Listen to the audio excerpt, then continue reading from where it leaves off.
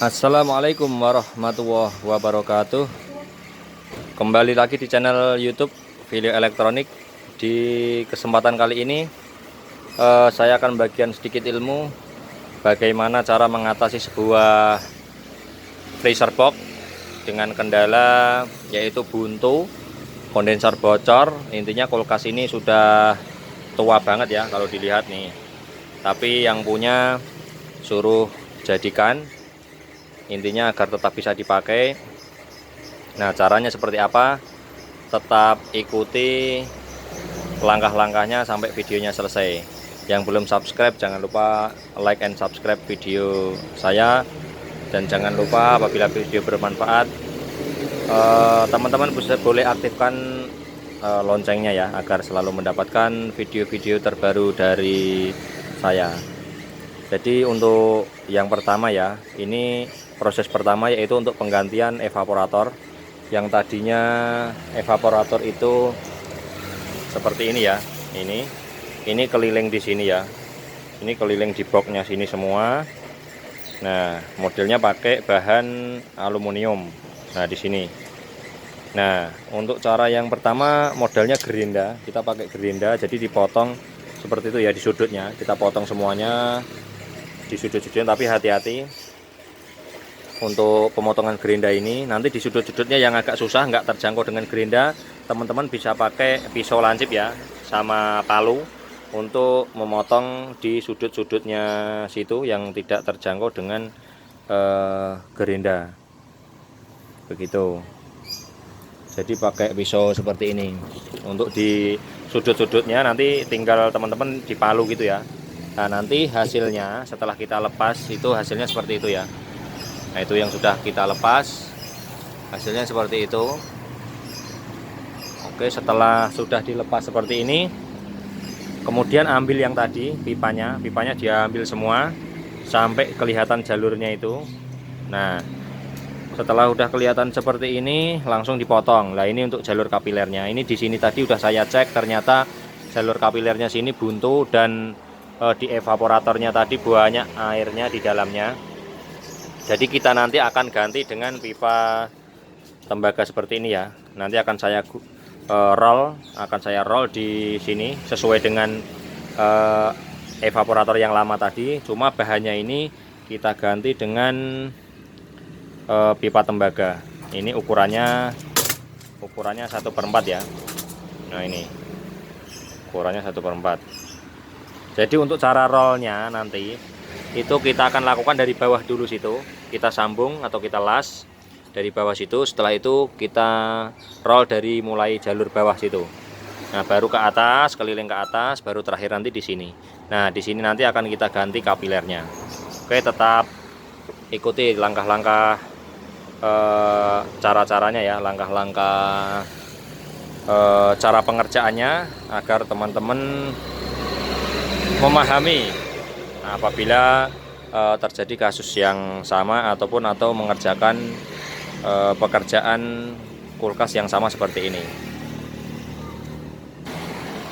Oke, untuk cara selanjutnya, lihat ini pipa sudah saya buka ya, pipa tembaga sudah saya buka. Kemudian bisa teman-teman lihat di sini mulainya dari bawah dulu. Ini udah saya masukkan ke pipa aslinya tadi. Ini pipa buang ya, pipa hisapnya udah saya masukkan. Kemudian ini akan saya las dulu. Setelah saya las selesai baru kita roll. Oke, jadi sudah saya las di posisi gimana ya rakyat. Nah, di sini sudah saya las sambungannya.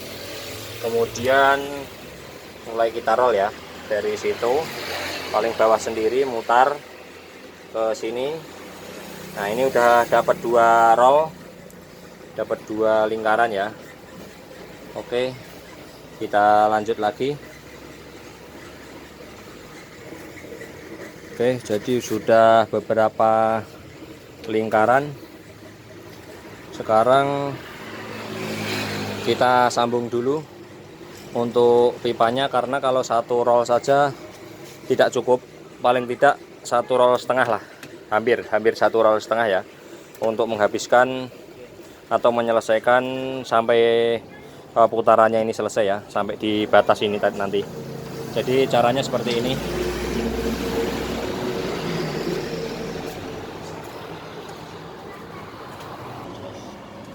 Oke, jadi sudah kita sambung lagi karena pipanya tidak cukup tadi.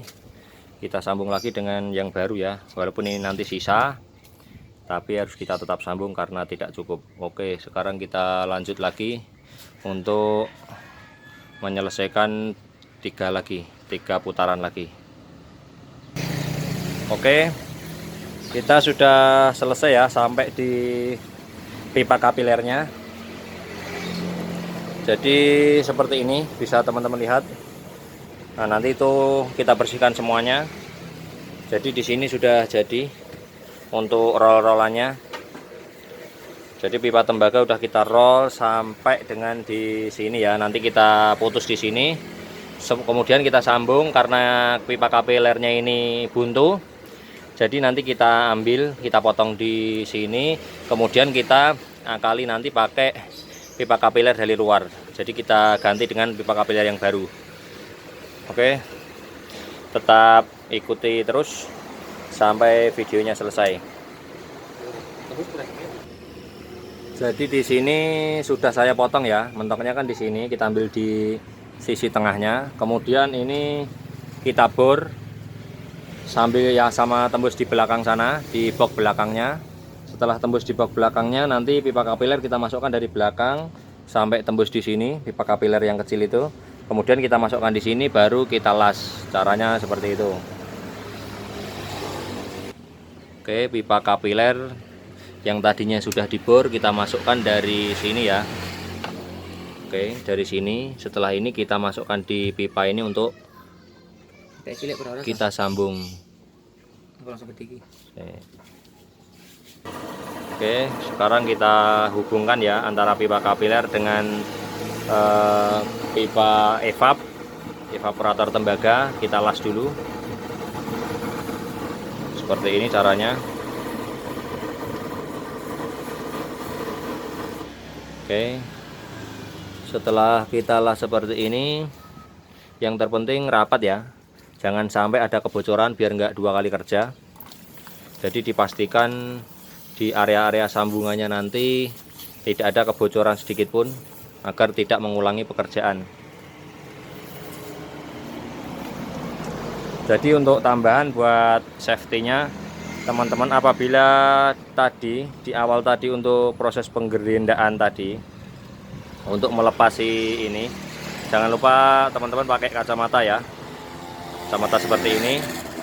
Tujuannya agar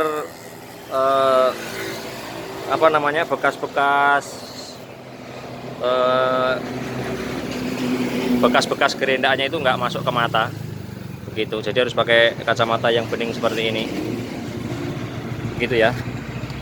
Oke, kita lanjut lagi untuk prosesnya. Kita rapikan, tinggal perapian. Kemudian setelah ini tinggal kita coba untuk pemasangan kondensor dulu.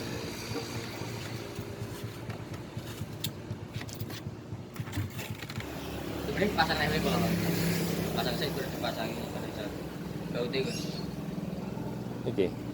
Jadi proses ini sudah selesai ya, sudah saya rapikan. Jadi untuk kesimpulannya seperti ini, sudah jadi ya, udah rapi banget. Oke, seperti ini. Setelah ini tinggal kita pasang kondensor karena kondensornya sudah buruk. Jadi kulkas ini mungkin sudah terlalu tua banget. Nah, tapi karena suruh dijadikan ya, kita berusaha untuk menjadikan untuk baik lagi atau bagus lagi. Kemudian setelah ini kita akan memasang kondensor. Tetap ikuti terus sampai videonya selesai. Oke, sekarang kita lanjut untuk pemasangan kondensor pada freezer box. Jadi teman-teman harus dimal dulu ya caranya untuk memasang pengaitnya itu.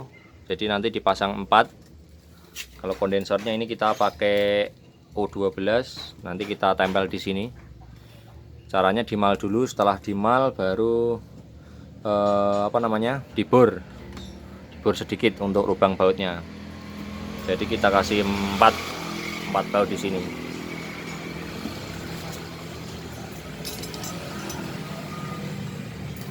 Nah, caranya seperti itu ya.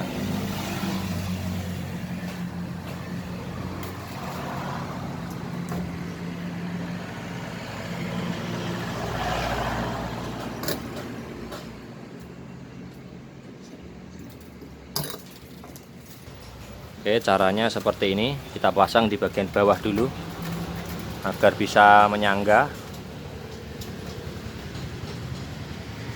Kemudian kita kencangi dengan baut yang di posisi sebelahnya.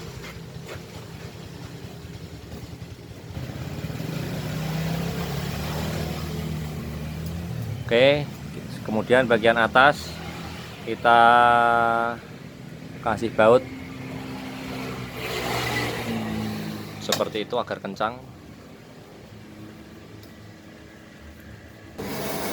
Untuk cara selanjutnya yaitu kita kasih sambungan dulu dengan menggunakan pipa 1/4 di posisi pipa dorong ya, di kompresornya. Di bagian pipa dorongnya kita sambung dengan pipa 1/4. Kemudian nanti akan kita potong di sini di bagian area sini, dan untuk kondensernya kita potong di sini, kemudian nanti kita satukan. Jadi ini nanti ketemu pipa kondensor. Nah, dan yang di sini nanti kita kasih, untuk yang satunya kita kasih filter. Kita kasih filter.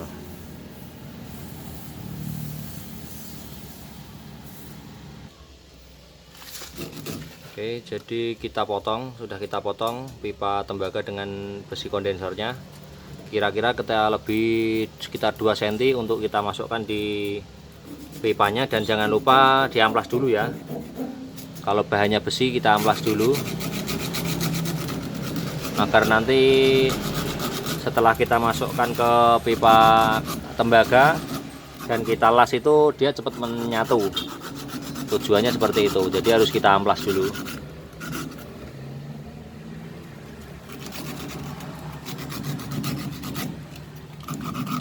Setelah kita amplas baru kita sambung. Oke, setelah posisi di sini udah tersambung seperti ini, kemudian kita las ya. Kita las, karena ini besi ketemu tembaga, kita pakai pakan las kuningan dengan menggunakan obat borak.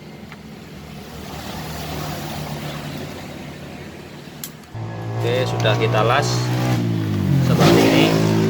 Nah, caranya kalau memang mau nggak terlihat, kita pakai media kaca ya. Jadi yang sempit-sempit, nah kita bisa pakai kaca seperti itu untuk melihat bocor atau tidaknya, atau kena tidaknya las tepakan lasnya. Itu kita pakai kaca ya.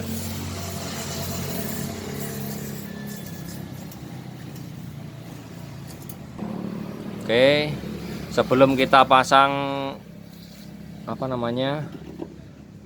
filternya, nah kita cobain dulu ya kompresornya, apakah bekerja dengan bagus atau tidak. Jadi kompresor kita colokkan dulu, setelah itu kita tekan seperti itu. Kalau tekanannya kuat, kencang, nah berarti dan bersih, tidak ada oli yang jelas ya. Jangan sampai ada oli untuk keluarannya di kondensornya sini. Kalau dia keluarnya udah angin, tidak ada campuran oli atau airnya, baru kita pasang filternya seperti itu. Kemudian langkah selanjutnya kita pasang filter seperti ini, kemudian kita las.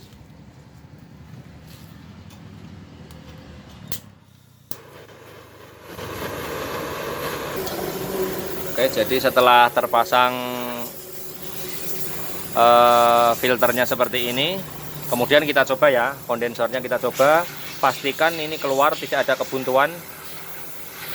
Jadi keluar anginnya, setelah keluar anginnya seperti ini, Kemudian kita nanti langsung yang di sini kita sambung dengan kapiler yang dari sini tadi. Nah, di ujungnya itu nanti di sini ya, di sini. Nah, ini kita sambung ke sini, udah selesai. Setelah itu tinggal kita coba kasih freon dulu atau angin untuk mencoba kira-kira ya berjam-jam lah sampai benar-benar tidak ada kebocoran. Tapi yang jelas pasti tidak ada karena semuanya serba baru. Andaikan bocor pun pasti terjadinya di sambungan. Kalau di yang lain-lain pasti tidak ada karena posisinya EVA baru, kondensor baru. Tinggal nanti kondisinya di las-lasannya saja. Kita nanti setelah kita isi baru kita kasih sabun di bagian las-lasannya. Kalau memang tidak ada bocor langsung kita isi freon. Nah, caranya seperti itu.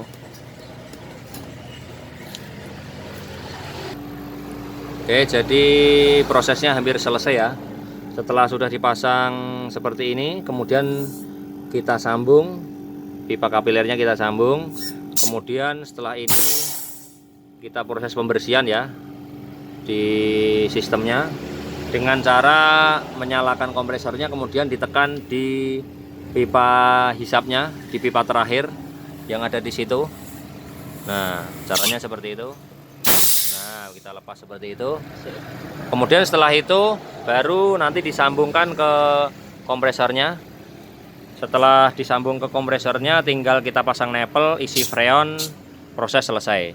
Nah, untuk proses terakhir nanti caranya yaitu untuk mengembalikan ini, biar videonya nggak terlalu panjang. Jadi untuk mengembalikan platnya ini nanti caranya, platnya ini kita luruskan dulu dengan palu karet atau sembarang lah, yang penting intinya bisa lurus. Setelah udah lurus kita pakai di belakangnya sini ya, di belakangnya sini. Nah, ini kita pakai lem bolak-balik, kemudian kita tempel di situ, kita tempel di bagian dalam lagi sesuai semula. Kemudian setelah itu jadi setelah kita tempel bolak-balik solasi bolak-balik, kemudian di sudut-sudutnya agar rapat nanti modal lem kastol, teman-teman, modal lem kastol. Jadi di lem di bagian area-area sudutnya. Setelah lem kastol selesai, kemudian teman-teman pakai ini untuk menutup terakhirnya di sudut-sudutnya.